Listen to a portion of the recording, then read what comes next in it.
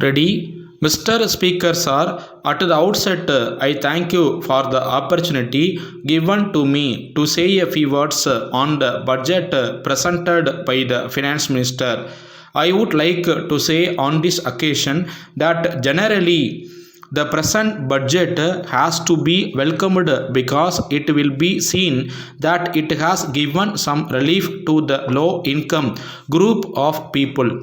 But at the same time, I am sorry to say that the surcharge on the corporate sector, which has been imposed on the industries and on direct taxes, will take away some benefits which are proposed to be given.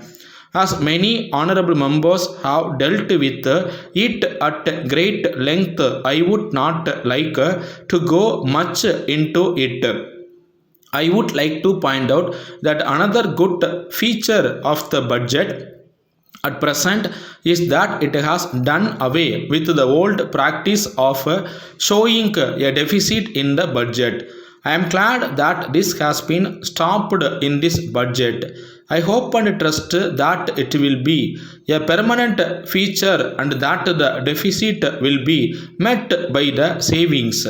I am sure there will be savings because we have seen that generally the government underestimate the income at the beginning and by the end of the year. When we have the revised estimates, there is a surplus which covers the deficit. Budgeting has not been restored to. In this context, I would have been happy if there had been some sort of control on the civil expenditure because we find that in the last 3 5 year plans it has been going up year after year.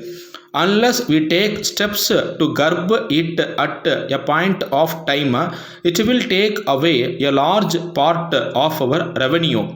I am very happy that the finance minister has given some reliefs. But from the way in which he came to office, he did not have time to formulate his own ideas. On account of this, I think that he has tried to take away some concessions which had been given by the previous minister.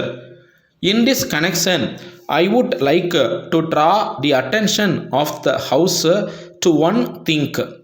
It may be remembered that a year ago, when he announced his taxation proposals, he was saying that there would not be any surcharge on personal income tax. But it is unfortunate that within a year the new finance minister has given up this principle and that we have now a surcharge on direct taxes. There is another happy feature that the finance minister has introduced. We are happy that he has abolished the expenditure tax. I am glad that it has been done away with. But I would like to recall that in the past we had seen that it had been once removed, but it was reintroduced by some other finance minister. I hope that such a thing will not happen in future and that the present finance minister will not reintroduce it.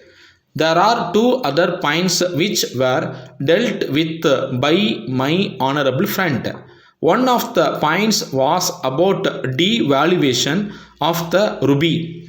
We find from the papers that there is much talk about it.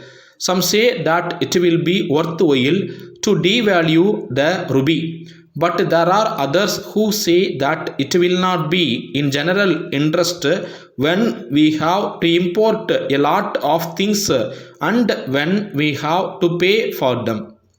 I fully agree with what my honorable friend said in this connection. Letter from the Secretary Murali and Company, Patna, to the Indian Publicity Bureau, New Delhi. Dear Source, the company has decided to launch an advertising campaign throughout the country for a period of 3 months with effect from 1st July next. It has been proposed to spend about rupees 50,000 for this purpose. It has been decided that the advertisements should be made primarily in the principal national dailies and in important state newspapers. Of course, there is no doubt that in this connection, local papers and other suitable media may also be profitably utilized. At the same time, it is suggested that the proposed advertisements all over the country should have the same design. In the same way, it is also desirable that the time of their publication should coincide with the distribution of illustrated booklets to the retailers of the locality concerned. In this connection, I will be glad if you can draft a scheme for the campaign and send it on to me together with a copy and layout for the booklet as soon as possible in order to have them approved by the board. The next meeting of the board will be held at 3 p.m. on 20th March, and I hope it will be convenient for your representative to attend the meeting to discuss the scheme in detail. I shall be glad if you send me a reply at once. Yours faithfully.